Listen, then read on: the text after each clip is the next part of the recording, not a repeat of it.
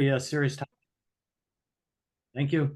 One that has been in the news, it's affecting our politics. It's garnered interest on our college campuses, and we're privileged to have a speaker here who has firsthand knowledge of the events that have occurred in Gaza and the situation there. But before we get into introductions, as always, I want to make sure that people are familiar with the technology that we're using here and have an opportunity to participate with questions.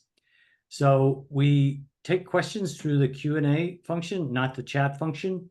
In order to do that, you just find the Q&A icon somewhere on your Zoom screen, type in your question, click send, or push the enter button on your computer, and we'll have it. You can ask questions anytime you want during the presentation, but we're going to hold those questions until the end of the presentation. We also have available to people live transcript or closed captions, as some people call it. And in order to either have those shown on your screen or to remove them, you again find the icon, live transcript icon. It may appear different places depending on what device you're using, and simply click on that to either engage that on your screen or to take it off your screen. That's under your control. We don't control that. And when we're finished with the webinar, we have a very short survey. We request that you take it. It helps us to understand what you're interested in. And also, if you have technical Zoom problems, send an email to info@encorelearning.net, and they will help you troubleshoot. So also, before I introduce our speaker, I do want to let people know of upcoming events. So on Monday, August 26th, beginning at the normal 3 o'clock time, we have Dr. James Griefer, who will be talking about how to fix Social Security for the long run. And just to let people know, there's 2 ways to engage in this event. The first is, as we have for a long time now, via Zoom. Just go to the Encore.net internet site, find the link, same link that you're used to get here. But also you can go in person to George Mason University Arlington campus at the Van Meter Hall, room 113. If you're going to do the in-person option, you do have to register ahead of time so that we know how many people are there. There's only so many seats, but I think there's plenty to accommodate the interest that we may have. And then in September, just to let people know, September 16th, we're going to have what has been an annual event. Chuck Rosenberg will be on hand to answer any legal questions you have. And there's certainly a lot of, I'm sure there's a lot of questions, a lot that's been going on. And you do want to note that that's going to be back to virtual only. It begins at 2:30. It's only an hour, and we will not be recording it. So if you're interested in that, you want to sign in. And for people that have participated, you know that Chuck mostly gives a brief introduction and then goes right to Q&A. So there should be plenty of time for all your questions. Okay, with that, I'm going to stop my share and introduce our speaker today. So today we have Alonzo Wind, who began his career as a public health Peace Corps volunteer in Ecuador, which led to a lifelong vocation for global services and international development. He is a retired Foreign Service officer after spending 22 years on diplomatic assignments with the USAID. He has also spent 15 years working for different nonprofit organizations and served as the global program coordinator of the International Save the Children Alliance.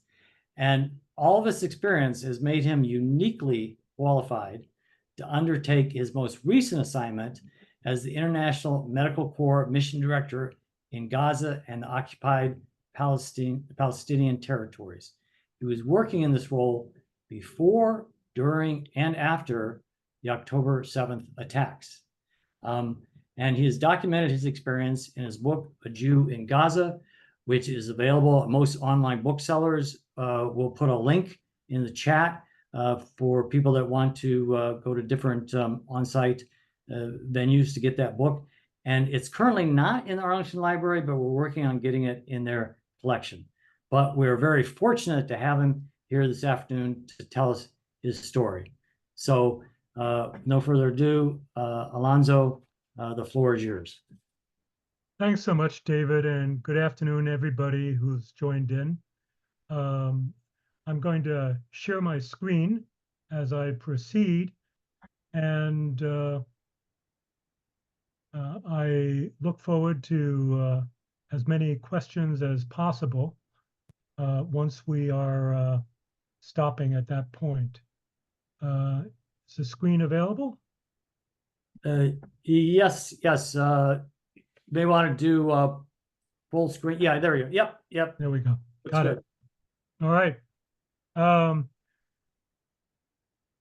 So thank you very much for the intro, David, and sharing a bit in terms of my bio. I would like to say that I have spent plenty of time in different environments where sometimes we have to deal with adversaries and enemies, even potential or past terrorists. And true diplomacy, as I understand it, is supposed to help you talk with your adversaries and manage your enemies, not with your friends. You'll see why that's a point of critical detail for me in terms of my experiences that I encountered within the context of Gaza and the occupied Palestinian territories. I was present during multiple escalations and conflicts and a witness to the constant damage and harm to the people of Gaza, the children and youth of Gaza, communities and civil society, most of whom had little or nothing to do with Hamas, or what the US government has preferred to call them, the de facto authority. How did I end up in Gaza and the OPT? International Medical Corps, which is an organization that's been around for about 40 years, working primarily in emergency settings and implementing primary healthcare programs, largely in areas of conflict or post-conflict, had come knocking and had asked whether or not I would be interested in the role as mission director. We had a bit of back and forth over a period of multiple interviews, and it was a point of some amusement to me that just a couple of weeks or so before I was to ultimately get on the plane, I had this very careful conversation with a future supervisor who danced around exactly what was bothering him. I thought he was trying to dig up one of the many skeletons in my closet. And I realized that, in fact, he wanted to bring up the issue of, oh, you're Jewish. And he said, we just realized this, and maybe you're not uncomfortable going into Gaza. Maybe we could change the job in some way so that you're based out of Jerusalem. I reassured him not to worry. I'd worked in Muslim countries before, and I didn't feel any difficulty in terms of working within a Muslim environment. At the same time, I had friends in some of the other three-letter agencies very worried about me going into Gaza, saying I was crazy, warning that I would probably be picked up by a van at some point with a black hood put over my head, and other security professionals urging me to sanitize and do a scrub on my personal laptop, my phone, and to delete virtually anything in my social media that might point to any of my interests, my engagement with any Jewish synagogues, my engagement with the Baha'i community, and the like. I think I managed to delete one thing from my Instagram post before I realized, wait a minute, this is crazy. There's no reason to do this. And trying to sanitize something in that way is really only going to make you look guilty, as if you actually have something to hide. In any case, I traveled into Jerusalem in late February of 2022. It was the first step of going in. I had to get permission from the Israeli coordinating body for government administration of the territories, COGAT, the Coordination Liaison Authority, the CLA, in terms of permission to enter, and explain multiple times who I was and what I was up to. And then Gaza itself had its own process with the Ministry of the Interior in terms of giving me a permit to enter. And on entering, actually conducting a security interview. They were very polite in that security interview, really, very respectful. They asked a lot about my background. They clearly had done their own homework on the internet in terms of my internet footprint and fingerprints. And at the end, they said, Mr. Wind, we are honored that you, as an American Jew and as someone connected with the Baha'i community in Haifa, Israel, would agree to live among us and help the needy. Marhaba. You are most welcome, and we will always protect you. And indeed, there was no other American Jew like me there in the territory. During 2 years, I met with hundreds of Gazans all over Gaza, from Bet Lahia in the north to Rafah in the south. I met with dozens of small Gazan charities and civil society organizations dedicated to social safety needs, the needs of the handicapped, disabled, empowerment of women. I found many points of view, but the vast majority of the people, the civilians I met, clearly said that they did not hate Israel. They did not hate Jewish people. They just wanted to live their lives in peace and have the chance to have opportunities to progress with their families. Now, I was there as a mission director for this American / international organization, International Medical Corps. It'd been in Gaza for about 15 years. It had actually received a large USAID grant to implement a significant health program across Gaza in 2016, but with the Trump administration, there was a lot of turmoil in terms of new policies, a virtual shutdown of the USAID mission, the USAID funded program in West Bank, Gaza, and International Medical Corps had to turn to a lot of smaller foundations, private foundations, until finally, just before I arrived, it had managed to secure new funding from the Bureau of Humanitarian Assistance of USAID Washington, and as well some mission funding, focusing on their part largely on COVID-19 protection. So we were working on one grant in COVID-19 and in another larger grant in terms of health and protection, mental health, psychosocial services, child protection, and gender-based violence, really with an unusual platform made up of a lot of local Palestinian Christian-based health organizations, along with local community-based organizations. This is a photo from happier days of my staff in one of our offices. And I'm going to share a video to give you a picture of what life in Gaza is like.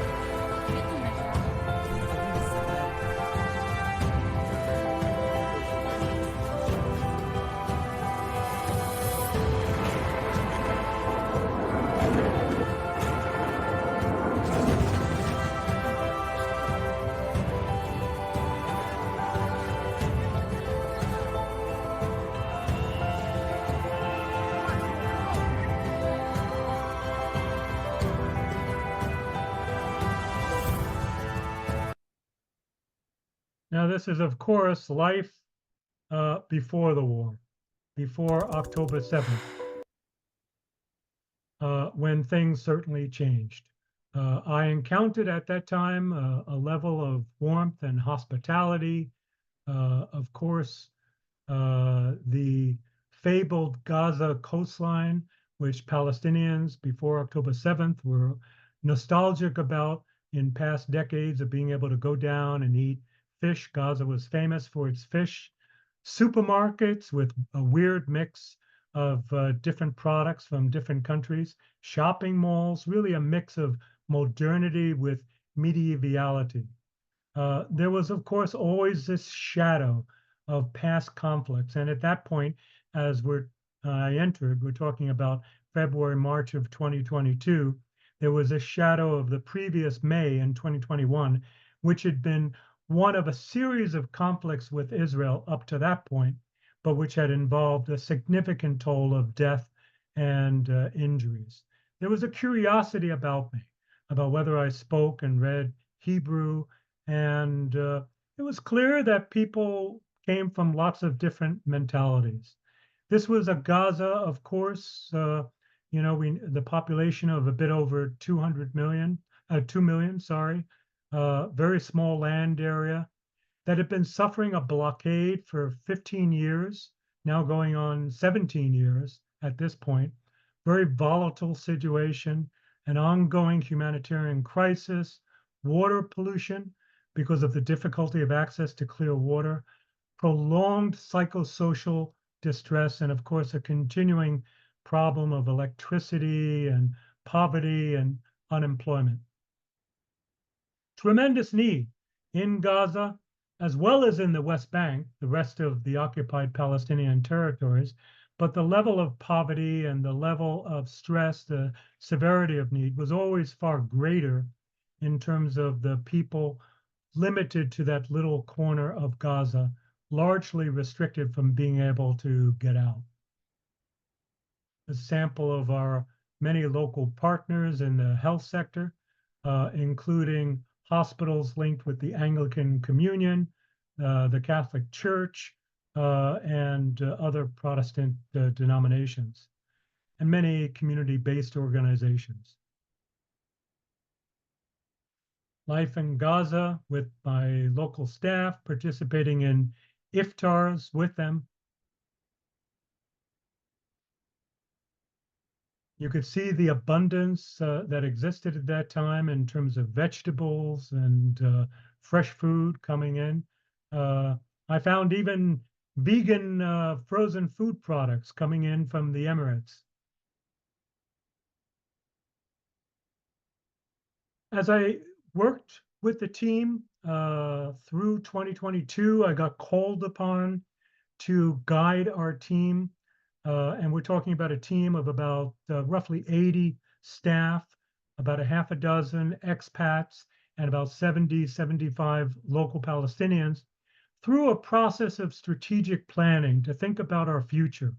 And we ended up deciding to try to conduct what I called a forward rather than a retreat, an idea to think forward in terms of how we can improve the lot of the people of Gaza.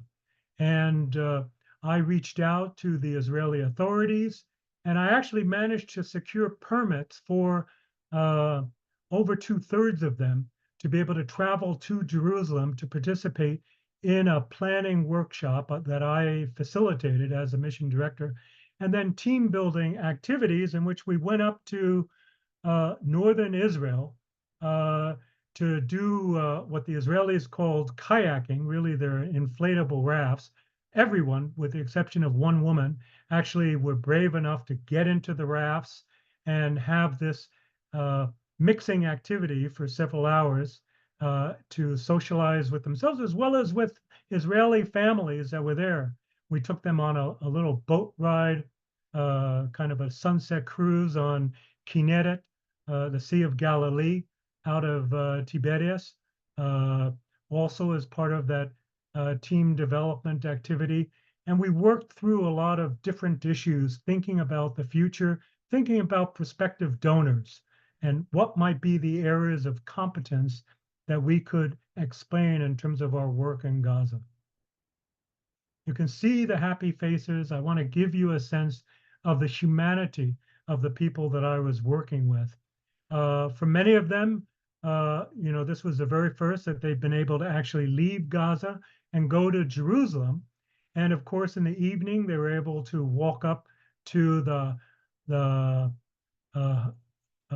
Temple Mount, to the Dome of the Rock, to be able to conduct their prayers and to walk around the old city of Jerusalem as well, apart from the team building exercise we did in northern Israel.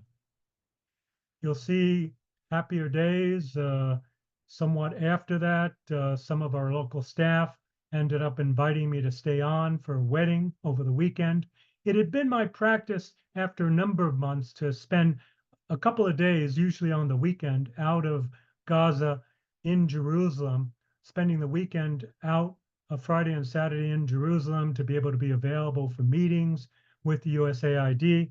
And the rest of the days I would largely spend in Gaza. I'd also be available in Jerusalem and East Jerusalem in the occupied Palestinian territories to be able to go to meetings of the UN. One of our young local staff, Hassan al-Ramlawi, got married and insisted I stay over one weekend to be able to go to the wedding, which I did along with one of our visiting headquarters staff from London. But as a sad sample of what we were to face, after 10/7, we faced, to our great horror, learning of the killing. And actually, I should perhaps stop there and not get ahead of myself and explain that on October 7th, I actually happened to be in Jerusalem. As it would turn out, 2 days before, the USAID mission director had called a meeting of the senior international non-governmental staff to meet with her, as had been our wont on a quarterly basis. And I happened to be then in Jerusalem. It actually wasn't my plan that October 7th, but I happened to be in Jerusalem when the missiles flew and the Hamas conducted their horrendous attack, traumatic attack on the people of Israel. I then proceeded to spend 16-hour days from Jerusalem. I couldn't, of course, return to Gaza with the border being closed, trying to protect and rescue from harm's way our over 35 expat staff that were trapped by the war until we could ultimately get them out after about a month through Rafah, really with little to no help and some obstruction by certain governments, including, frankly, certain representatives of the US government.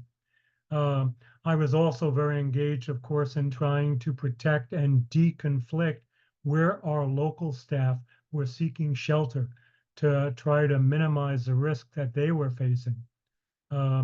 Ultimately, at the beginning of November, we were able to get out our expats and the other expats from other international NGOs.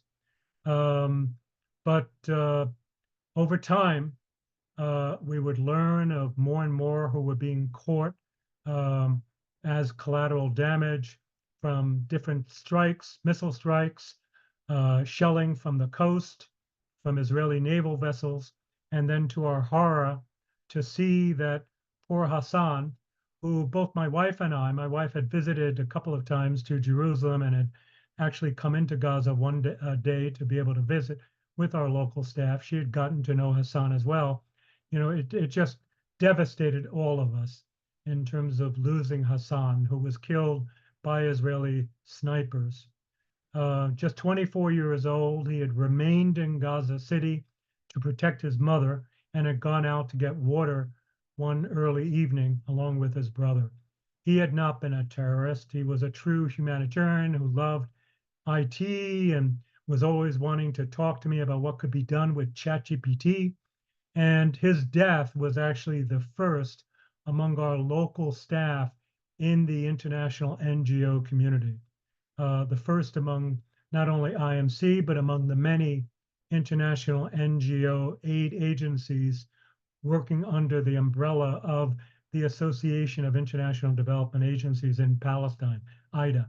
But it would not be the last. Within days, humanitarian staff at Caritas Jerusalem, Save the Children, Humanity Inclusion, Mercy Corps, and others were just wantonly killed, sometimes even in Christian churches, sometimes as a result of sniper action, sometimes as a result of just being in the wrong place at the wrong time. I also want to share with you the story of another young couple, Suzanne and Ibrahim. Both of them were really lovely young staff members who had worked for me. I want to share with you here an Instagram post about them. Suzanne had worked in logistics.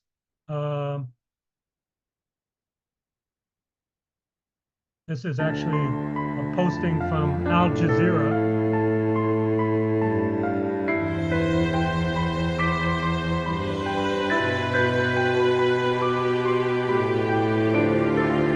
This is their parting.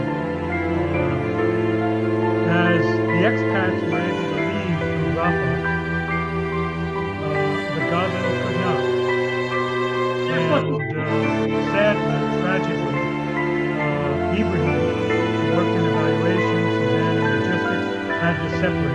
Suzanne happened to have a passport for Jordan. She was able to return to Jordan, and Ibrahim had to stay behind. I texted with Suzanne a few weeks ago. It's been a while since we've been able to hear from Ibrahim, and she wrote me, "You can tell our story if you like. I just don't have any messages to share with anyone. I believe all that needs to be said has been said over and over again already in all the different ways for the past 9 months, and it's not stopped this genocide that's taking place. I've literally lost everything, my home, my parents' home, some of my dearest friends and family members. I cannot even be with my husband and have not seen his face for over 8 months now. I've lost all hope in humanity or any words that can be said to change what we're enduring. I cannot even begin to imagine what all my friends and extended family who I've left behind are feeling now. My life feels on pause and everyone else is moving forward with no trouble. I don't think I can explain the mental and physical toll it's taken on me and the places my mind has taken me. These are the darkest days I've witnessed in my 29 years of living on this earth." Suzanne, of course, is simply one example, the example of many who were forced to separate. Those who had dual nationality or triple nationality were able to somehow escape the nightmare of Gaza. But of course, the vast majority of Gazans could not. The conflict in Gaza is unlike virtually any other in the world. I mean, you think about the conflict in a place like Ukraine. People, as a result of the bombing, were always able to flee and leave Ukraine to go elsewhere. But in Gaza, they are bottled in on all sides and unable to leave either by land or by sea. This is actually a photo taken from one of the earlier bombings of retaliation that had taken place by the Israelis in Gaza. You can see the extent of damage. You can imagine this multiplied 1,000-fold.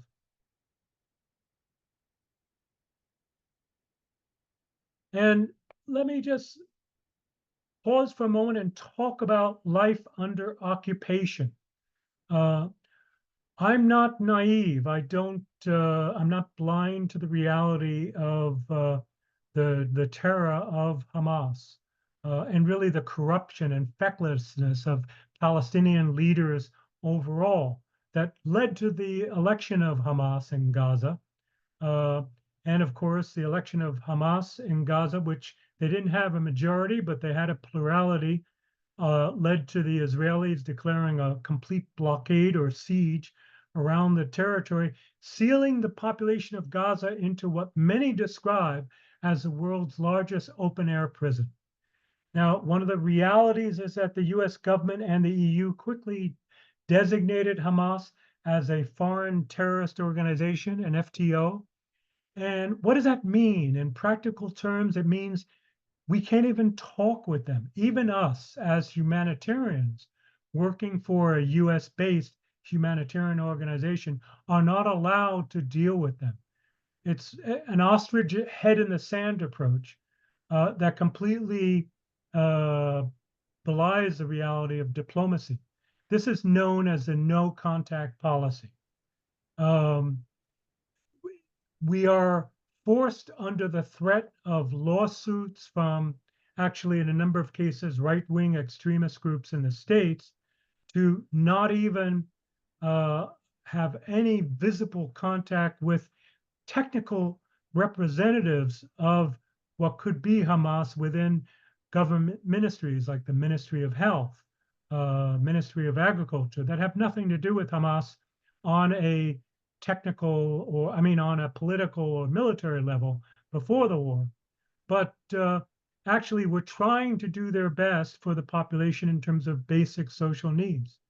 I know of one organization in Norway that was sued, and it took a long time before the US government finally said that the case was without merit, but it did lead ultimately to a willingness of that NGO to pay a fine of $2 million. Why? Because photos had been circulated on the internet showing that at a conference that they had held talking about water and access to safe water. Bottles of water were seen on the table, water bottles, and there were people who were identified with Hamas among a group of perhaps 70 or 80 participating in the conference. And this was deemed to be an example of the provision of material aid to a terrorist organization. So how do you think most Palestinians viewed Hamas before October 7th? In 2002, over 200,000 Gazans were actually able to work in Israel and earn money. But with the blockade and the no contact policy, that dropped down to fewer than 10,000. For a period of time in 2022, it was raised up to about 15,000, 17,000. Of course, that had a dramatic impact in terms of livelihoods, economic security, food security. And the blockade is part of a narrative of why many people look at the conditions in Gaza and the conditions at the West Bank, and they use terms like apartheid to describe it. I'm going to skip over a video here that I have a YouTube so as to not run this for too long, talking about the effects of the blockade. But this presentation is going to be available as a PDF with live web links. If you're interested, you can easily do so afterwards. As I mentioned, Hamas have been freely democratically elected. Of course, since 2007, there have been no elections in either Hamas or in the West Bank. And both al-Fatah, which retained control in the West Bank, as well as Hamas, were brutish and predatory and authoritarian violent regimes. There's no doubt that Palestinians deserve much better. But Hamas resisted the Israeli occupation and the constant terror of Israeli attacks that went beyond what would normally be considered self-defense and retaliation. And they won the propaganda battle. Israeli actions really showed no respect for any sense of proportionality, even before 10/7, not to mention after 10/7. All this did was to promote and reward and cultivate a climate of extremism and polarization. There are many signs, which you probably have heard on the news, that extremists on both sides really are unspoken allies of each other. And there's no doubt that Netanyahu deliberately allowed cash and resources to secretly flow to Hamas, even despite the blockade, as a way to weaken and to dismember the Palestinian Authority and in the West Bank, and to make any possibility for a two-state solution impossible.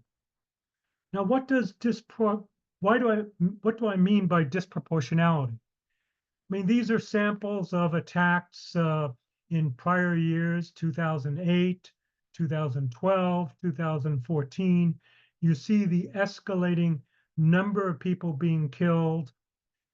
Within these situations, of course, I recognize that these were generally provoked by the firing of rockets.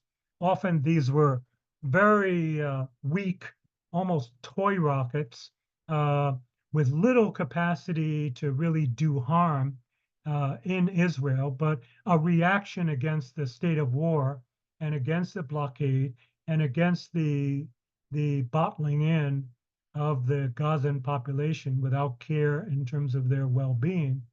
And in each of these cases, the typical approach of the IDF and of Israeli security forces was to use, in essence, a multiplier of 20 to 1.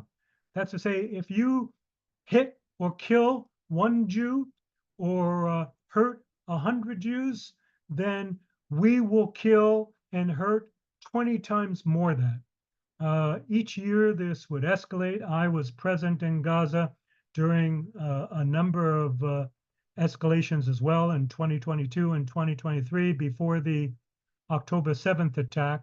In 2023, of course, with the October 7th attack and the subsequent war, we're dealing with reportedly over 40,000 killed, 25,000 missing who are surely dead because they're most likely bodies that have been trapped under the rubble, 125,000 or more injured to date, and collateral damage off the scale because the IDF and the Israeli cabinet took gloves completely off and completely pancaked and destroyed neighborhoods, despite multiple efforts supposedly to get people to move from one portion of Gaza to the other.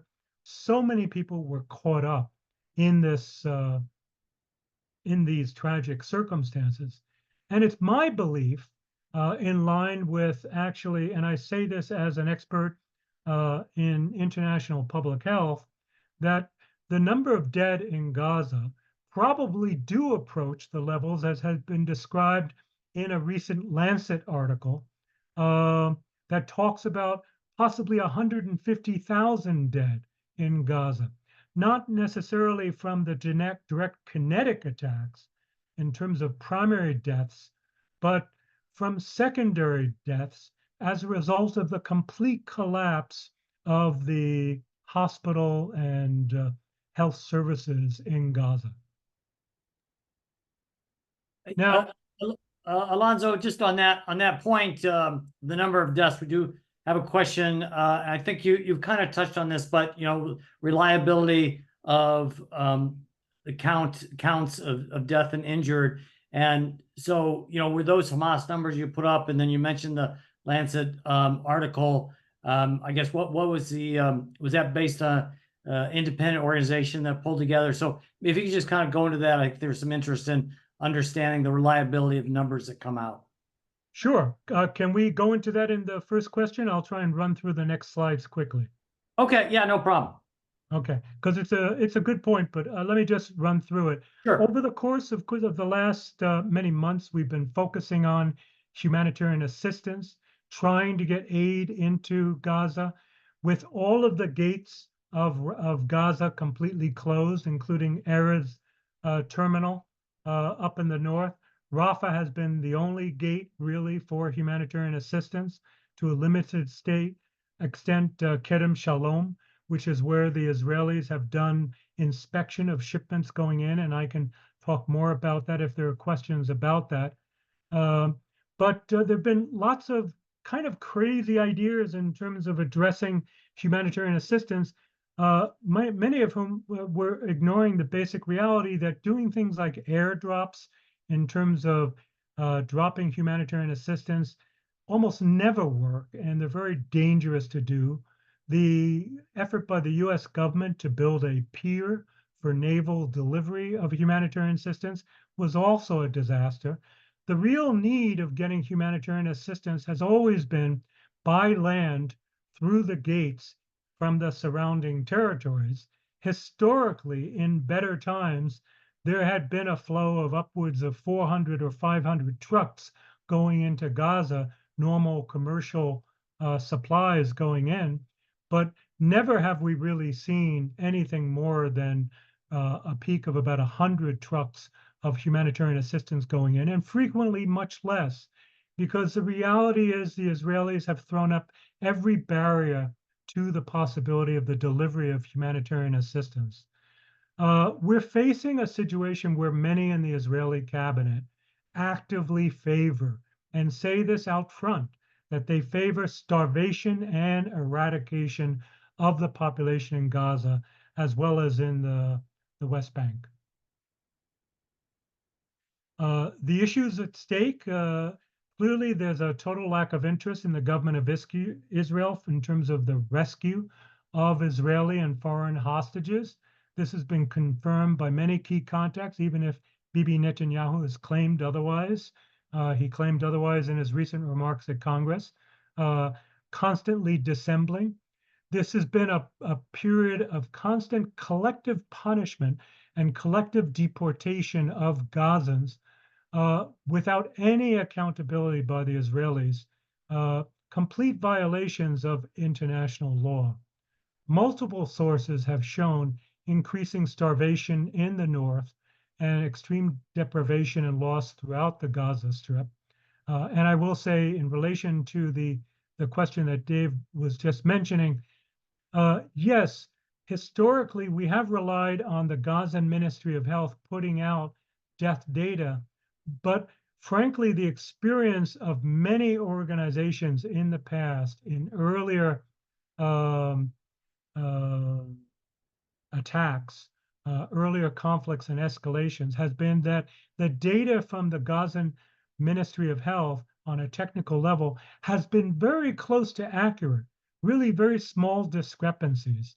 And even in practical terms, many Israelis recognize and accept what is out there in terms of the likely number of deaths as well as the people missing. True, the IDF will occasionally post things trying to contradict that, but there's been a lot of effort, including by some international news organizations, attempting different efforts in terms of sampling to try to verify that. We have in Gaza a laboratory for future pandemics, which may prove hard to contain. Polio is on the rise. Measles will be on the rise. The current policy of the last year really has been breeding more and more extremism. And this is part of what's been a constant Israeli policy of what's known as mowing the lawn, where basically every year or so, every few years, historically, the IDF and the Israeli security agencies would, in addition to retaliation strikes, conduct assassinations of Hamas leadership, as well as leadership not only in Gaza, but also in the West Bank, periodically managing to assassinate as a policy of the state.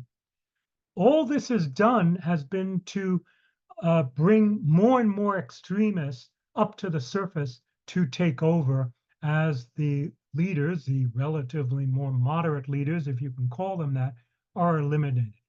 It's very clear that there's no government of Israel plan for the day after conflict would end, the day after the occupation would end, the day after the ceasefire would actually take place. Moreover, it's also very clear that the national security minister, Ben-Gvir, and the finance minister, Smotrich, both of whom actually are residents among the settler colonialists on the West Bank, actively favor, I say secretly, but it's really no secret in Israel, they favor dismemberment of Gaza, recolonization of Gaza in the north.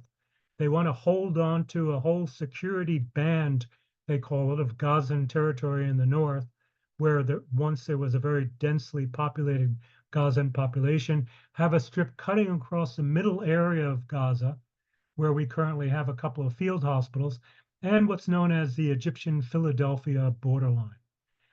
While this has been going on, Israeli settler colonists from the West Bank have actually been attacking aid trucks on a daily basis, and Israeli law enforcement rarely, if ever does anything to really stop it. Now, what can we do? I'd like to finish the last few slides, at least with some more positive things before we jump into questions. I want to offer some links here, which you can look at with the PDF that'll be available on the YouTube link, of the work of Mao Zinon and Aziz Abu Sada, an Israeli Jew and Palestinian, who have collaborated and come together giving a variety of TED Talks. And they recently gave a talk actually together in Washington, D.C. at Busboys and Poets, talking about the challenges they face to overcome mutual loss. Both of them have lost family members as a result of either 10/7 or the subsequent Israeli military campaign in Gaza, and have tried to talk about the need to go forward. I also want to share with you discussions of the prerequisites and consequences for considering the day after what could be a Palestinian-led approach for Gaza that has been posted on the website of the Middle East Institute, in part financed by Rockefeller Foundation. And if you haven't seen it, I strongly recommend to you John Oliver's Last Week Tonight show back a couple of weeks ago on the West Bank. It was brilliant, as only John Oliver can do. And if you haven't seen it, definitely you should listen to it because he really hits the mark in so many ways. I think looking to what should be our messages of advocacy if we're looking as Americans to trying and bring this to a halt and say enough is enough, we should be demanding, I believe, and I talk about this extensively in my book, A Jew in Gaza, the application of the Leahy Amendment immediately to this conflict. It's been just tragic that the State Department has been so filled with hypocrisy to cast a blind eye to this and to not apply Leahy, including they've allowed offensive arms to continue to be supplied, billions of dollars now, additional arms going to units that are known to be direct violators of human rights and that have directly targeted civilians. And we should be applying the Leahy Amendment to this. We should be suspending, in my opinion, offensive arms deliveries to Israel and ensuring security guarantees for Israel to block any possible rearmament in Gaza. We have to do that, though, on a muscular approach. We should be demanding an end to the exercise of the U.S. Security Council veto and the cover that that provides to Israel. I know I've heard from people saying, would Israel really listen to the U.S. if we really began to put serious pressure on them, as the Biden administration has failed to do? And the answer to that from so many Israelis who know the situation and from my own experiences living in Israel, not only the last couple of years, but I've visited Israel many times over the last 25, 30 years, is absolutely. If we were to offer a tough love approach, it's worked in the past in the Nixon administration, the Reagan administration, the Clinton administration, even George W. Bush. When the Israelis went too far and refused to listen to reason, we would apply tough love, they would stop. Now is the time for us to be doing that. We should be supporting sealing the deal on the hostages and a permanent ceasefire now. I believe we should be demanding a full Israeli withdrawal from Gaza by Rosh Hashanah, the beginning of October. We should also be supporting expanded access for humanitarian assistance for Gaza coming in from both Israeli territory as well as from Egypt, without the control that the Israeli military has exercised to block huge amounts under their excuse of the risk of dual use items. And we should be expanding the sanctions that have been put in place on a very limited basis on West Bank Israeli settler colonialists, including US as well as foreign nationals. 25 years ago, there were only about 100,000 settlers on the West Bank. It seemed in the 90s that that was the opportunity to potentially stop it as a result of the Oslo Accords for different reasons, including failures on the Palestinian side. That didn't happen. And over the last 20 years, and particularly over the last 10, 15 years, the number of Americans, the number of Russian, Ukrainian Jews going into the West Bank, taking advantage of cheaper housing to be able to move to Israel, has flooded the number of settler colonialists.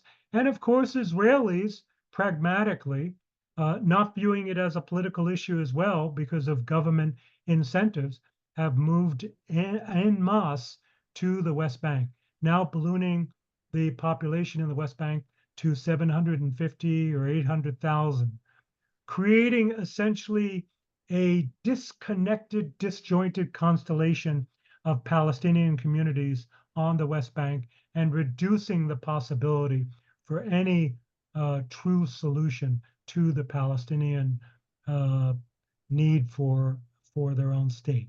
We should be looking to mobilize sympathetic international as well as Israeli civil society more assertively as allies.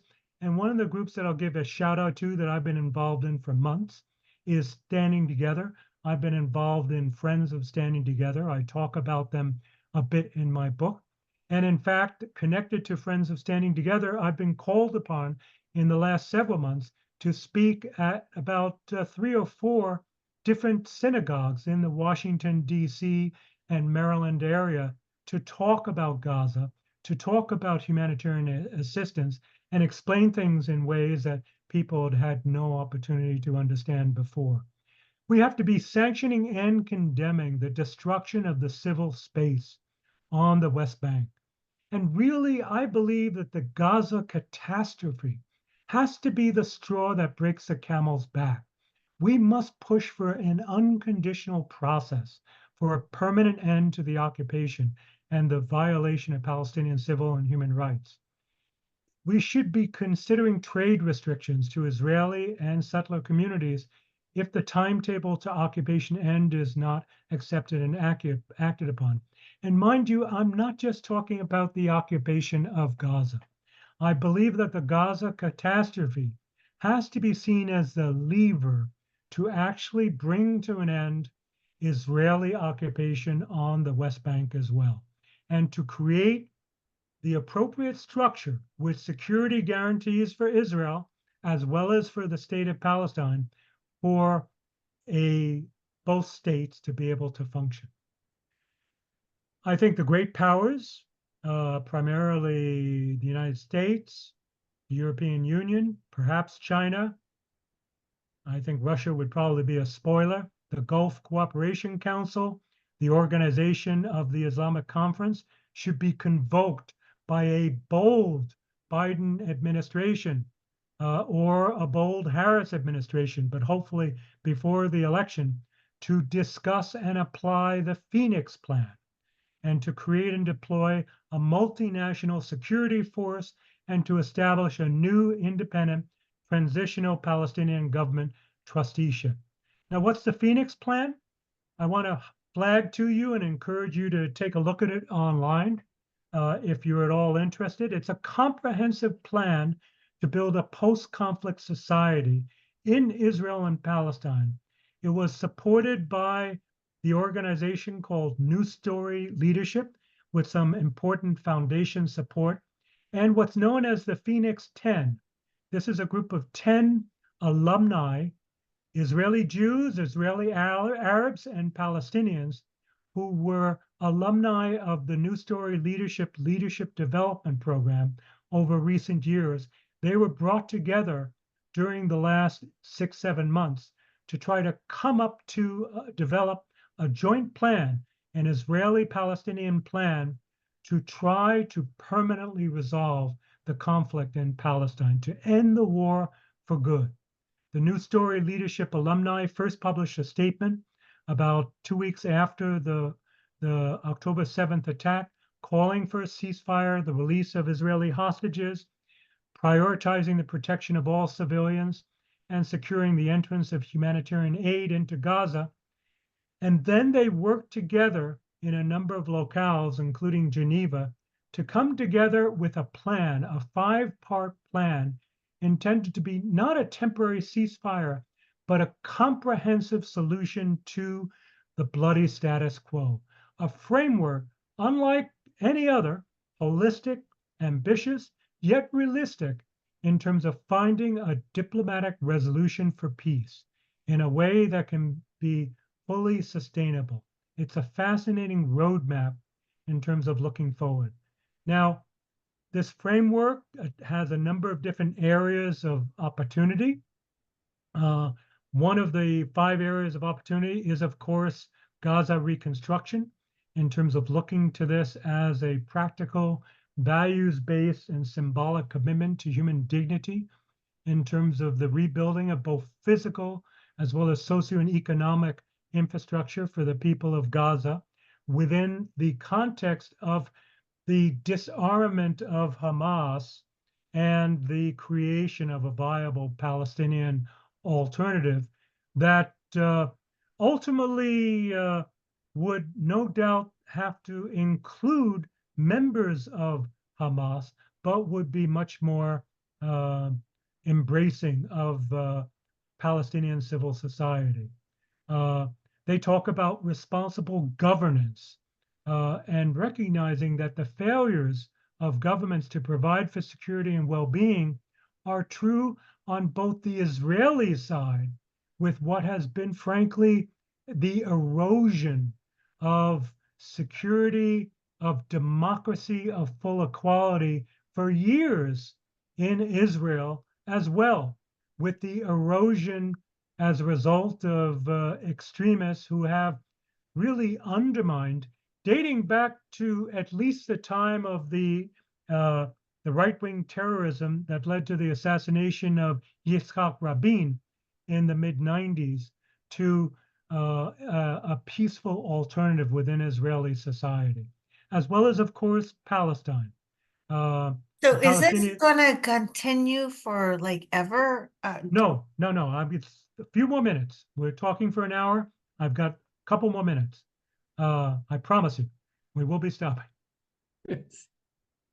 And so finally, looking into the reality of Palestinian sovereignty, what's required in terms of true Palestinian state building, accountability on both sides, accountability looking at non-repetition, repair, healing, and eventually reconciliation, the role of the international community, and finally, preparing the public for peace.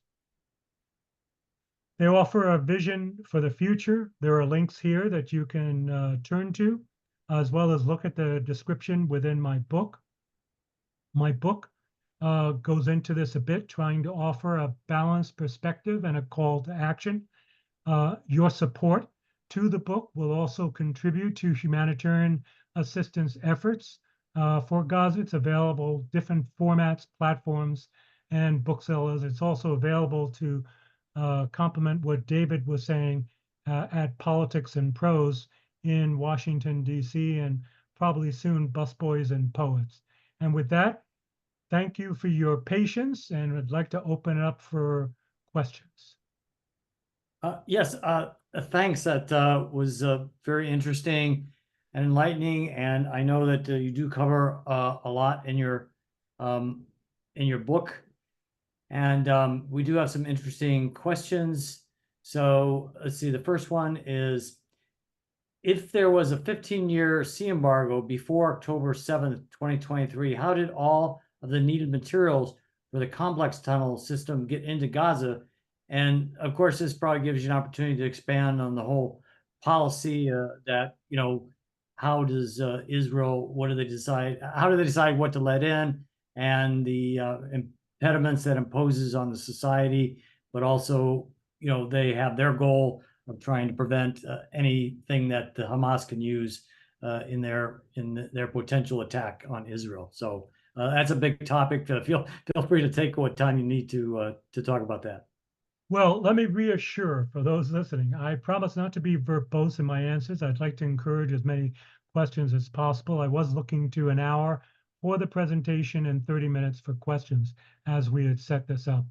Briefly, and we can get into it in more detail, as I referred to dual use, Israel for a long time has been controlling what actually gets into Gaza through a very strict inspection regime, in which trucks that come through the Rafah gate are first inspected carefully.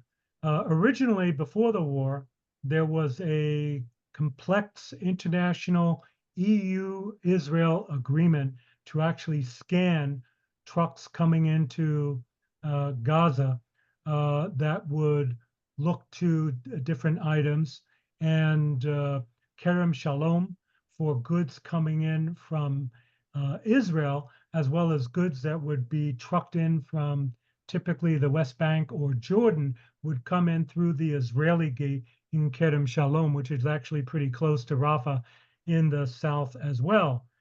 But since the war started, the Israelis have taken that to ever greater extremes. Their definition of dual use has meant that certain trucks carrying, for example, birthing kits were actually stopped at the border and unallowed to proceed because they found that the birthing kits actually had small scissors that were used to cut the umbilical cords of the newborn. Trucks carrying tents were stopped, particularly if they were carrying green tents or anything of that nature, because that was seen as the color of Hamas. And not only were individual items removed from the trucks, but in fact, the entire trucks would be blocked. Health and field hospital assistance was blocked to a certain extent with the inability to bring in many different pieces of equipment, including oxygen canisters, because of the belief that this could be used by Hamas to be able to support rockets. Now, the reality is that the Israelis have known for decades, they've known for years of the tunnels that Hamas were able to dig, not only across the Gazan territory, but penetrating into Egypt, and the somewhat lackadaisical practice of the Egyptians in terms of blocking the flow of different equipment. And no doubt, the items that ultimately were used for the construction of rockets and other material that was used in the war came in largely through that mechanism of the tunnel. Some of these tunnels were wide enough for vehicles to come through. The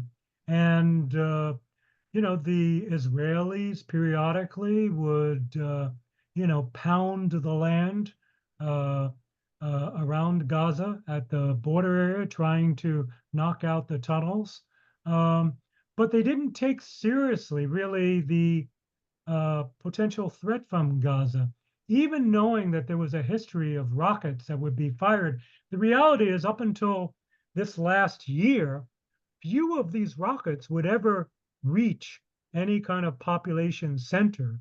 They would often misfire, often fall back onto Gazan territory itself, and would simply provide an excuse for the Israelis to pound and pancake apartment buildings and other major structures in Gaza.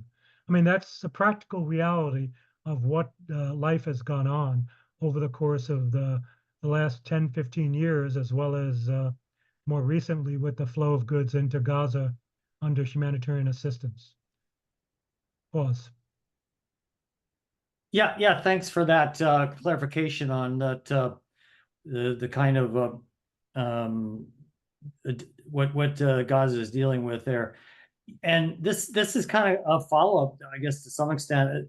What do you call the relationship or situation of the Palestinians? I think probably more focused on Gaza when they don't have freedom of movement, apartheid. And I know in your book you talk a little bit about throwing around terms like apartheid, genocide, terrorist organizations. So maybe this is an opportunity to also kind of talk about how those words are used and what your views are in terms of how they relate to the different situations and groups.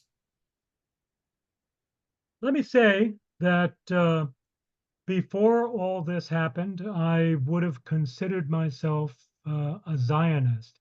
A Zionist in the sense that I believe deeply in the right of the state of Israel to exist, and the right of Israel to exist as a homeland for the Jewish people. But at the same time, I always understood that that did not negate the other. The rights of the Palestinian people to live, without the oppressive regime that has existed on the West Bank, particularly as it has worsened over the last 15 years. I know it's easy, and I have Israeli friends, who would often yell at me about the drivers for the Israelis to build the wall around the West Bank, which was justified by Israel because of the spate of bus bombings and lone wolf attacks that would happen from Palestinians crossing over and conducting terror attacks on civilians, sometimes on military objectives within Israel itself. And I don't deny the fact that those attacks took place. But again, it's an issue of proportionality, and it's an issue that we have to look at in the context of what has been the increasing noose around Palestinian communities across the West Bank. I have seen these settlements. I've driven through much of the West Bank, and I've seen the effect of them.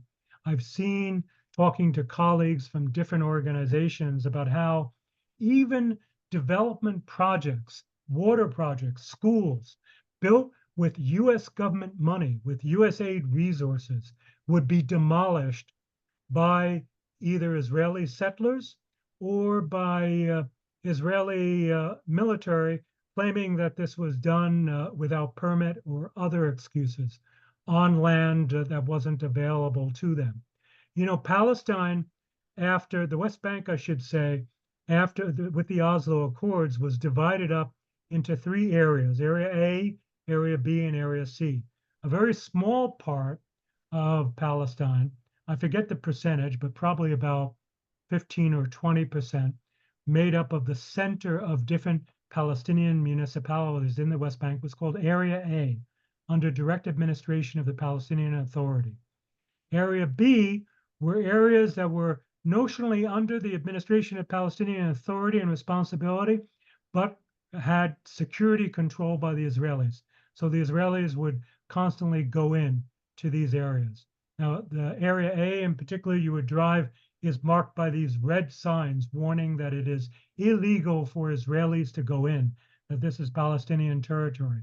But that's a bit of mythology, because it never stopped Israeli security forces from going in, and increasingly from the flood of settlements, Israeli settlements going in, for settlers to ignore the rules and to frequently come down from hilltops across Palestine that might have been in Area C, notionally under Israeli control, or might have been under Area B, under Israeli security control, but notionally Israeli Palestinian Authority.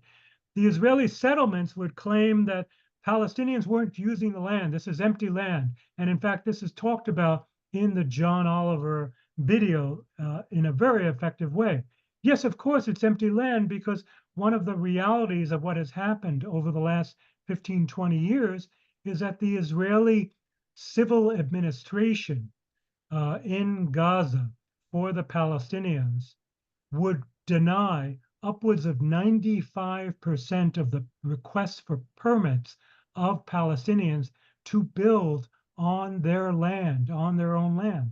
And so Israeli settlers would just come in and claim, either as legal settlements or sometimes as so-called illegitimate outposts, where the government of Israel might not have been originally sanctioning these settlements, but which would then be ultimately absorbed by all of the Israeli settlements, blocking access from any contiguous Palestinian villages, uprooting olive tree orchards, destroying water systems, as I referred to before, blocking access in and out of Palestinian villages and towns all across the territory to be able to come out at night for pregnant women with ambulances needing to go to a maternity hospital, first aid services being provided by the Palestinian Red Crescent Society, really an innumerable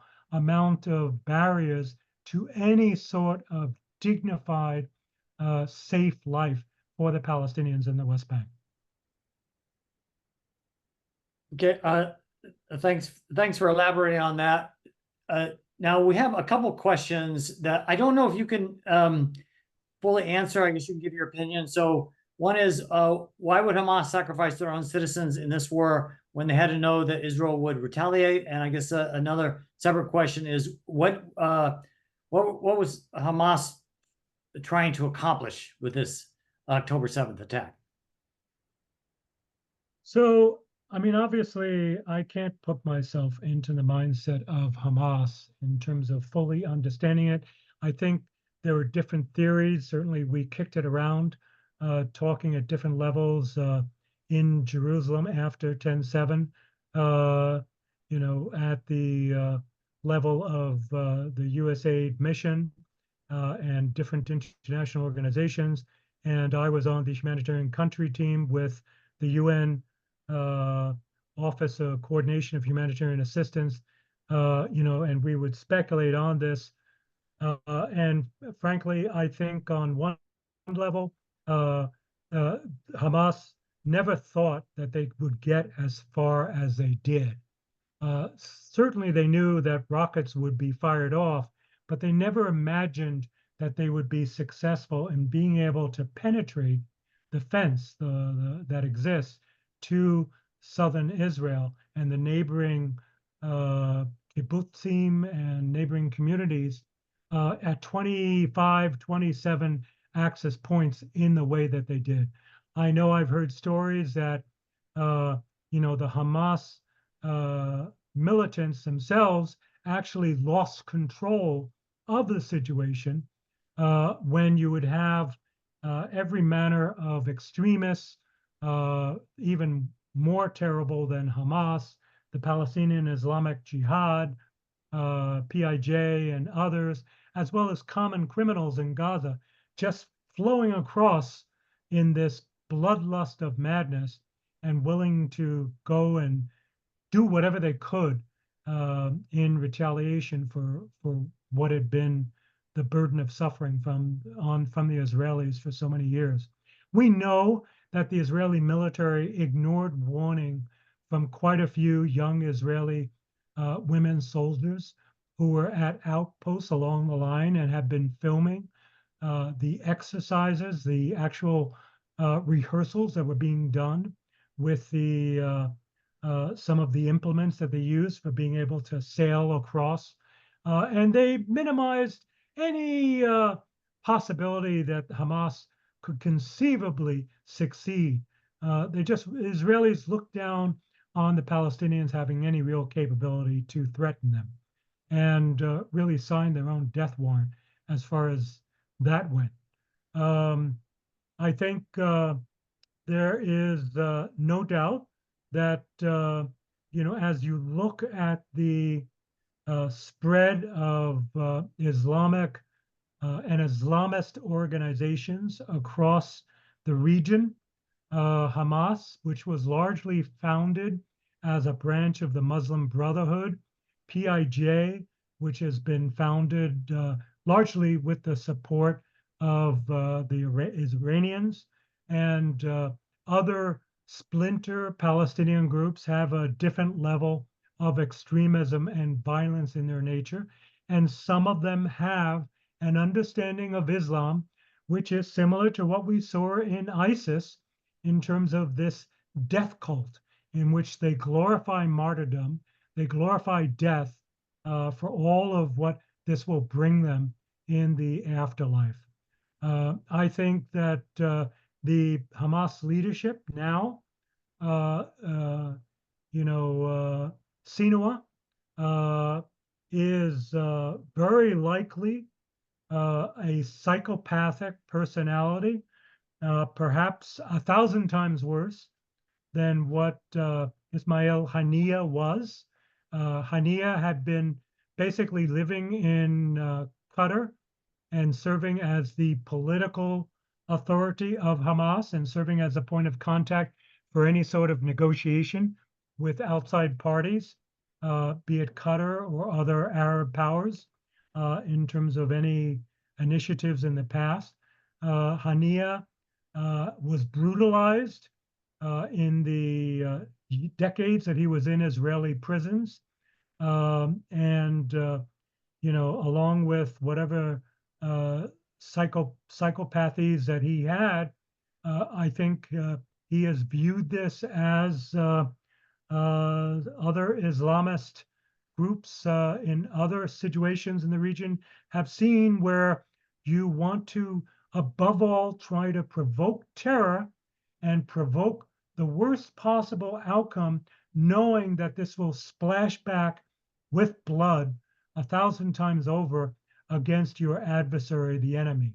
And there is an ideology that promotes that, with the belief that this will allow them to meet ends, including perhaps, definitely the destruction of the state of Israel in their mentality. Do I believe any of that negates the need to constructively and forcefully and effectively address the open sore of Palestinian rights? It absolutely has nothing to do with that. That extremism and terrorism has manifested itself from among the Palestinians is a sad reality, but it has also been cultivated by Israeli authorities, given what has been the pattern of behavior there for decades, and the occupation as a whole. Yeah, I appreciate that. I think that provides some very good background on trying to understand Hamas. And with that in mind, and maybe this question is kind of already been answered with that description, but if you want to, feel free to expand. So the question is, don't ordinary Gazans, Palestinians know that Hamas headquarters are buried beneath homes, buildings, etc.? Why don't the ordinary Palestinians protest Hamas duplicity in using them as shields against the IDL? I think maybe that's IDF, or well, okay, and yeah, is it their fear of Hamas? This doesn't seem to be mentioned in the news. I just can't believe ordinary Palestinian citizens don't realize how they're being used by their own. So there is the reality of Gaza, which has been basically forced to further and further extremes on some level. People have been terrified in terms of speaking out. There have been occasions in recent months, and even on occasion before October 7th, when there would be these brave protests against Hamas from time to time, but they would be quickly smothered because Gazans were terrified by the very brutal response that would come from Hamas. Hamas cemented their hold on Gaza after the elections in 2005, 2006 by proceeding to annihilate and throw off of the roofs of buildings any known representatives of al-Fatah, their main Palestinian rival, to kind of cement their authoritarian hold on the territory. I think the vast majority of Gazans were not aware before all of this of the degree of penetration of what the Hamas militants were doing, or did not understand what the ramifications or the implications of this would be. I know there have been efforts by the IDF to try to show specifically weapons storage places connected with different, particularly state-run hospitals. Some of that has been called to question, but I won't challenge the fact that some of that might well be true. But certainly there's a lack of fidelity in terms of the kind of propaganda that the Israelis have also conducted over the particularly during the first 4 months of the war, in terms of what they were facing in terms of dealing with Hamas. The vast majority of people that I met, and I realize, I'm not naive. I realize to a certain extent, perhaps people could also be telling me what they thought I wanted to hear.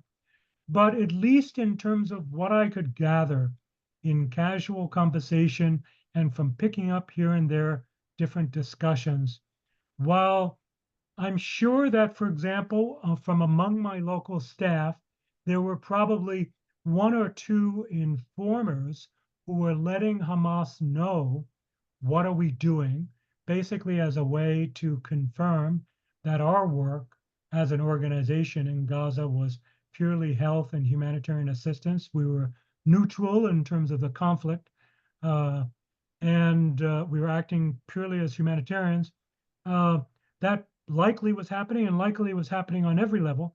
But I know that the sort of nonsense that has been put forward about UNRWA, about the UN organizations, is dubious to the extreme.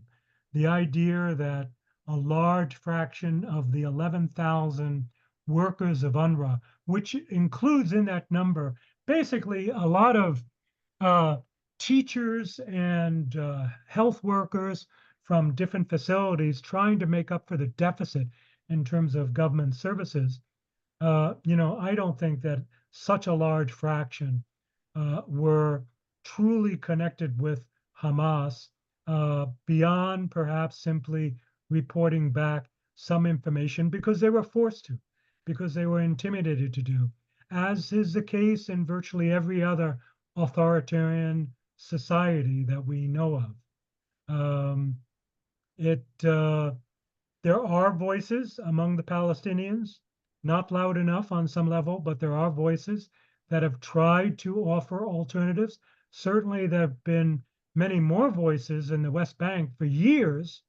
And unfortunately, as a result of the increasingly severe nature of the effects of the wall on the West Bank, the breaking up of Palestinian communities in the West Bank, the humiliation on Palestinians living in cities like Khalil, Hebron in the south, or Jenin in the north. I mean, all of that has only supported and fueled the narrative that only Hamas, as the mouthpiece of the Muslim Brotherhood, is the authentic voice of resistance, of Islamic resistance. This is something that we have been self-selecting, basically, in a perverse type of human evolution, in which we have been killing off the moderate voices among the Palestinians for years, meaning that, of course, it's the most polarizing, the most extremist, the most violent, who are the ones that remain. And this has been done, as I said earlier, with the conscious support of the Netanyahu government for years. Okay, yeah, I think I covered a lot of ground and may have covered some questions that are already in the Q&A queue. But and here's one. It's kind of a two-part. I think you covered the first part. The second I think we want to elaborate on. But the first part of it is, from your experience, especially pre 10/7, what has been the feeling in Gaza concerning the level of investment by Hamas in local population needs, given its seeming ability to invest in tunnel construction and arms purchases? So I think you've kind of answered that. A lot of people may not be aware of the mix of investment in one versus another. But the second part, I think, this person's question is interesting. U.S. pressure on Israel may indeed be effective. Whose pressure would work on Hamas and the armed groups in Gaza? And who do you see as a trusted country or party by the major actors most directly involved? Israel, Hamas, Palestinian Authority. And this also goes with another question from another person. Would Iran allow any Palestinian leader to survive if they agreed to any kind of stable peace? So a lot there to chew on. Hopefully you caught all that. So obviously that relates to the Phoenix plant.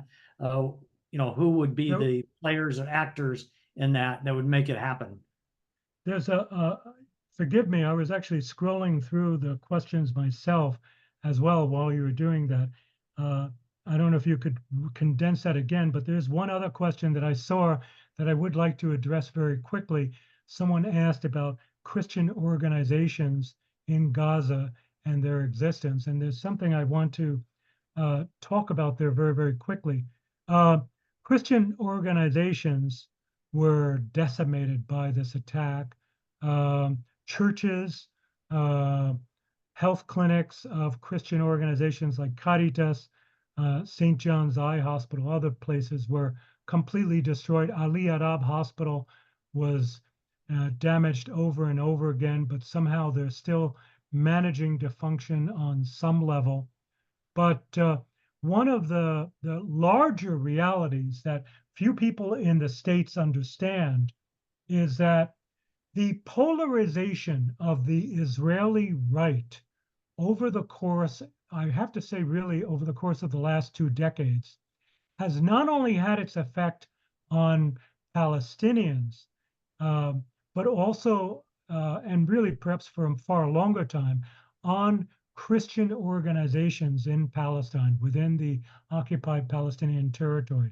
Certainly, when I was there, I saw increasing threats by extremist Jewish groups against Christian, Catholic, Christian Orthodox Christian groups in the Old City and other parts of Jerusalem, basically looking to actually desecrating churches, desecrating Christian cemeteries, basically trying to expel Christians from Israel. And this comes on top of the practical effects of the Nakba, which many people do not realize. The Nakba, what the Palestinians refer to as the 1948 War of Independence, where 750,000 Palestinians either fled or were forced to flee from what became the State of Israel, included a very large percentage of Palestinian Christians. And they were driven out. And the few that remain found Christian communities decimated. I mean, there were historic Christian communities, a Christian monastery, other structures in Gaza dating back centuries, and certainly in the West Bank. But what we've seen in Palestine, and this has been true across the Middle East, of course, in other ways. I saw this in Iraq, I saw this elsewhere, but certainly it's been true within Palestine. The Palestinian Christian community has been virtually destroyed and truly reduced to, a very small fraction of what their numbers were, with the tendency to make them more and more Muslim and reducing the influence that Palestinian Christians have had historically over what used to be the PLO, Al-Fatah, and other Palestinian resistance groups. That's one thing that I wanted to mention very quickly. David, in terms of whether or not Iran would allow alternative voices to stand up, again, I think, all of this is within the picture of how serious, how robust are we going to be in terms of actually providing the security guarantees that matter to both sides, and not doing it unilaterally, but bringing in the EU, bringing in now China, which has aspirations to try to be a player, for better or worse, in the area, in terms of providing the sort of guarantees to alternative voices from among the Palestinians. I don't know, David, if there's another part of that question that I missed. Well, just in general, I think the question prior to that was talking about, what players on the international stage would these different actors within the Middle East listen to? Who has enough influence, in addition to the United States, to make certainly the GCC, the Gulf Cooperation Council, the Kingdom of Saudi Arabia, Emirates, Qatar. Of course, Qatar has been a long financier of Hamas on some level, but all of these states, which had, of course, been approaching a process of normalization with Israel under the potential of the Abraham Accords, could have gotten so much further along and would have actually made peace with Israel long ago had Israel simply accepted, yes, we will create a state of Palestine. We agree, we support it. We will live up to our promises. and this is how we will do it over a period of 5 years, 10 years, whatever. I know that those states in the Gulf, as well as Turkey, which is a very important player in the region, would be a significant banker and guarantor on the Palestinian side. The other question that came in related to this, and it's certainly something that came to my mind when you're going through the Phoenix Plan, is how would you go about disarming Hamas? Well, I mean, at this point, even the Israelis admit that Hamas has been in Gaza probably 90% disarmed. And now it's really a matter of trying to make sure that arms cannot penetrate into Gaza again. But the way we also do that is we give half a loaf, as we try to negotiate. We say, okay, we will allow a Palestinian executive or transitional executive council to take charge of Gaza and the West Bank, but it's going to be a demilitarized one. Over time, we'll have to see how security arrangements could shift from a multinational force to an endogenous Palestinian force. But there would have to be a series of confidence building measures. The reality is, we've never put our money where our mouth is.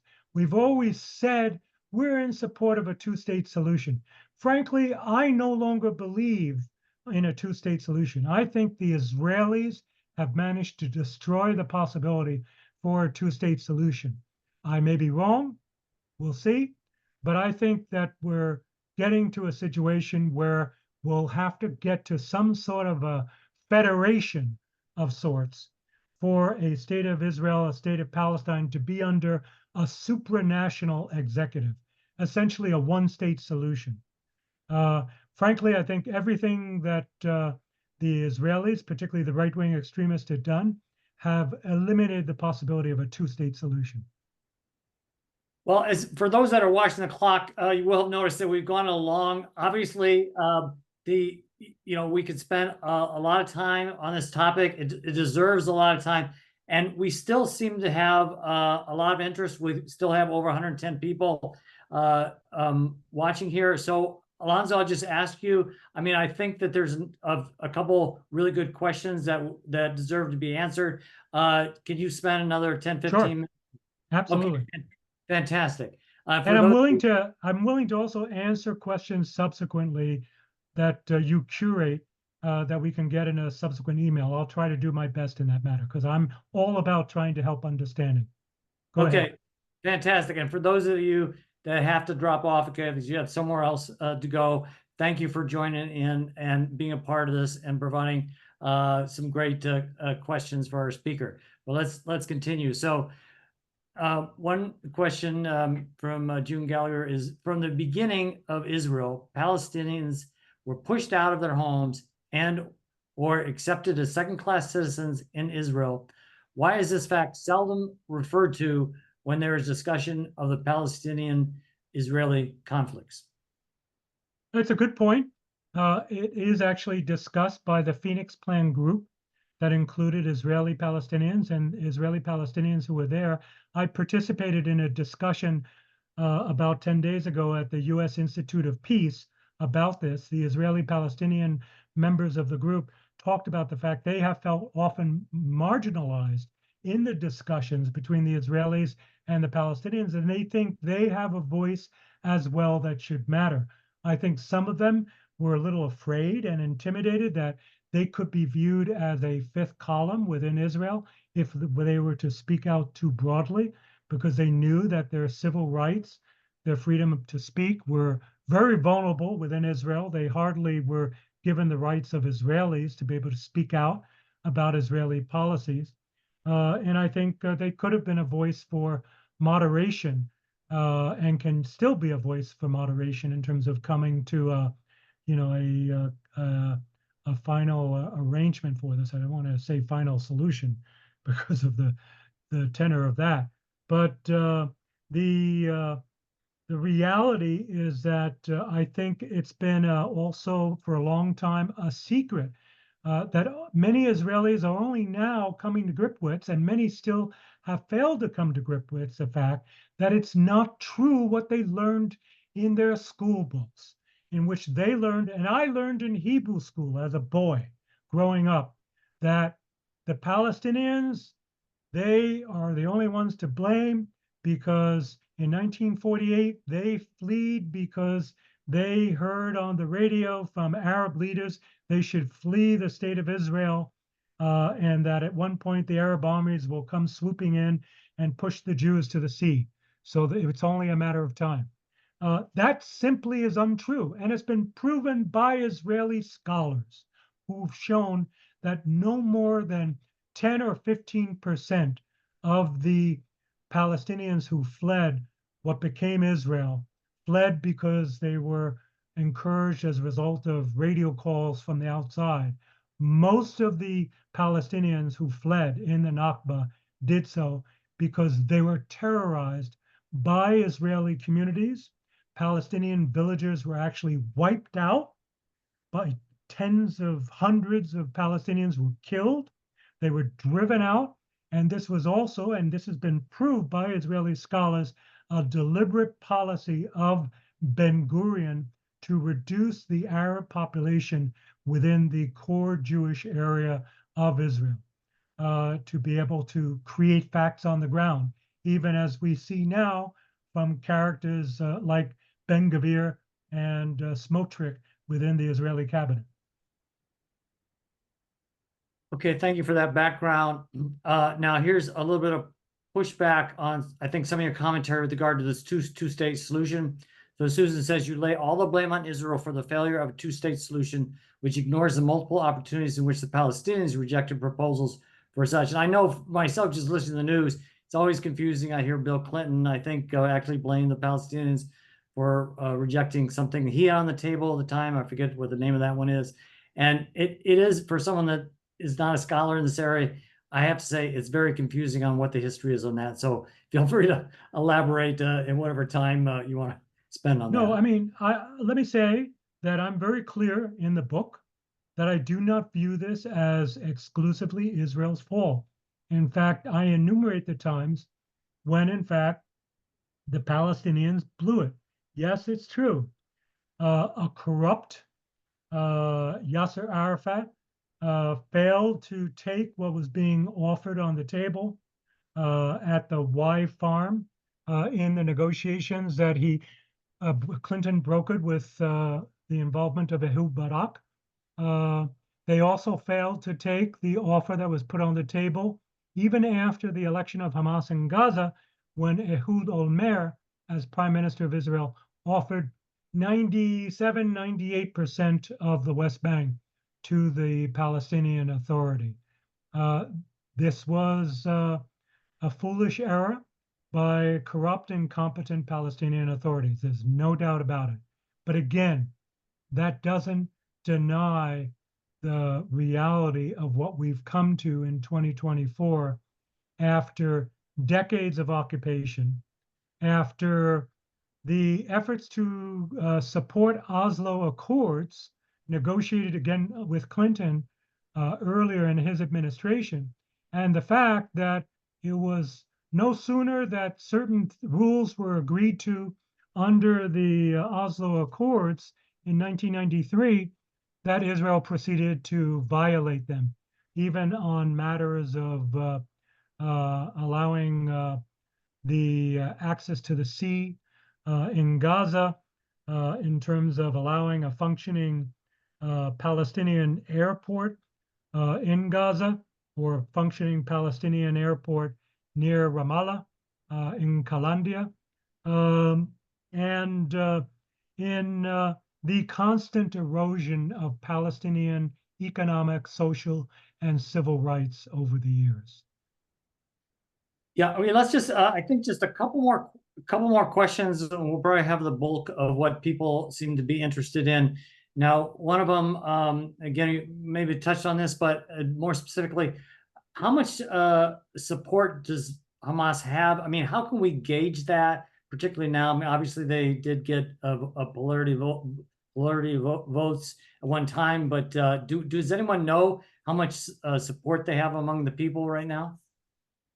You know, there have been attempts to conduct telephone surveys, actually reaching into Gaza, if you can believe it, and West Bank. Uh, these have offered mixed results.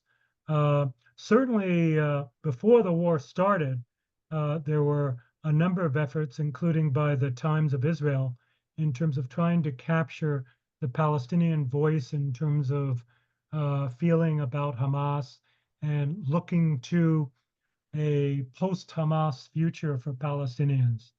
I think that we will. The practical reality, which has been said over and over again, is that you can't annihilate an idea like Islamic resistance through a military campaign. Even Israeli military leaders have recognized this, that ultimately it can only come about through a political solution. Ultimately, whatever plan is developed, if we aren't talking about the total extinction of the Palestinian people, uh, but actually coming to some sort of consensus through all the pain and suffering, all the losses, in terms of coming to some sort of solution for a state of Palestine that would include the people in Gaza and people in the West Bank. People in Hamas, involved with Hamas, would no doubt have to participate along with others. But there are ways to do that so Hamas isn't able to take advantage of opportunities to exert authoritarian control. And over time, once there is a pattern of concessions and a pattern of agreements in the awarding of certain rights, in the rewarding of certainly conducting a reconstruction of Gaza, it will naturally lead to the flourishing of other voices among the Palestinians. We can't expect that we can simply wave a magic wand and say, no Hamas can participate. This is the deep weakness of American diplomacy, to believe that the way to deal with your enemies is to make believe they don't exist.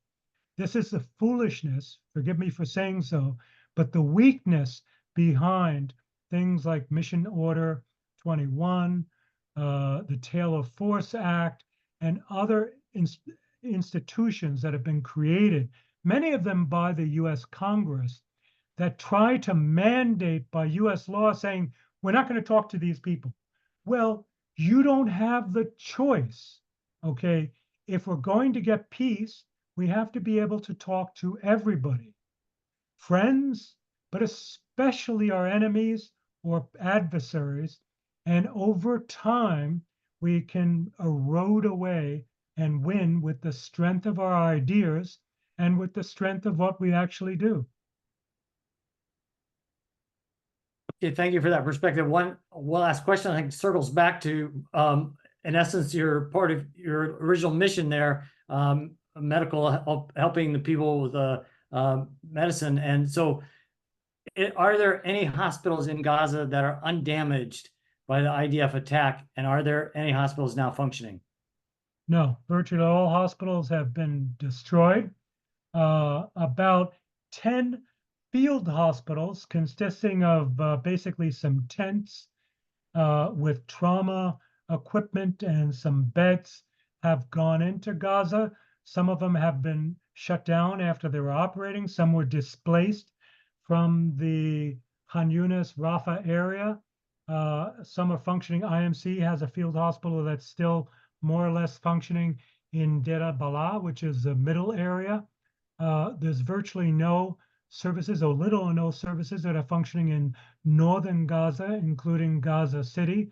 I spoke actually over the weekend with the former director of Ali Arab Hospital. She managed to get out. She's a Palestinian who was able to leave and come out to the States and is now living back in the States. But some dedicated doctors and nurses are still trying to make do with whatever the churches are able to supply to them in terms of equipment. But the problem here is that across Gaza, an area of over 2 million people still, I mean, the Israelis have probably killed close to 200,000 people or more over time, but or allowed to die because of the lack of medical services. But still, that leaves over 2 million across Gaza, probably still about a fifth or so of that living in northern Gaza and Gaza City. The only health services that might exist are essentially trauma care, trying to deal with whatever they might have. And often they barely have aspirin. They may not have antibiotics. The bandages may be limited. They may not have pure water to really effectively clean wounds and all of it. It means that all of the infrastructure for treating non-communicable diseases in terms of treating infectious disease is non-existent in Gaza.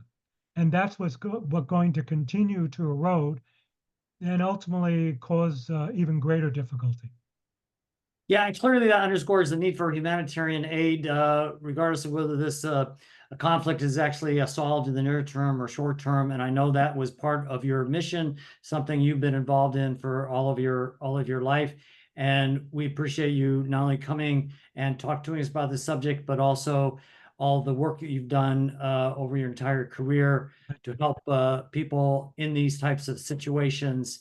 And you did this mission with only a couple broken, coming away with only a couple broken ribs, which is another story, has nothing to do with the actual hostility in Gaza. Those that are interested in that anecdote, please get his book and read it. It's an interesting part of his personal story.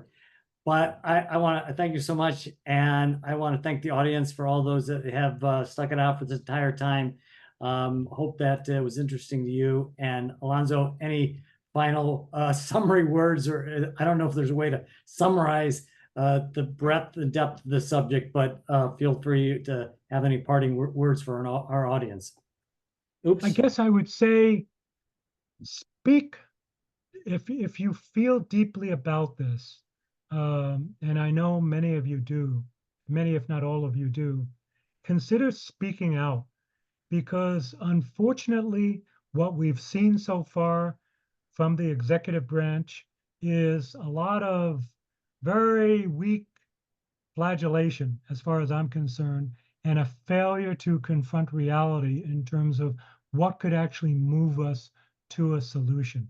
Speak out to your congressmen, speak out to other leaders, write op-eds, do whatever you can. Consider supporting organizations like ANETA, Heal Palestine, International Medical Corps, and others that are trying to do humanitarian assistance. But ultimately, this has to go beyond just the small amount of humanitarian assistance that goes in. It really does require some clear determination to get the word out. And of course, I encourage people to consider picking up the book either from Amazon or Google Play or whatever your preferred bookseller is. Okay, thank you very much. And to our audience, remember, if you're interested in our next event on August 26th, it's going to be hybrid. You can either come to George Mason University or join us on the same channel, this same link. So with that, hope everyone can enjoy the rest of the afternoon. Thank you so much, Alonzo, for enlightening us on this. Toda rabah, shukran jazilan. Thank you very much. Thank you. Okay, very good. Take care.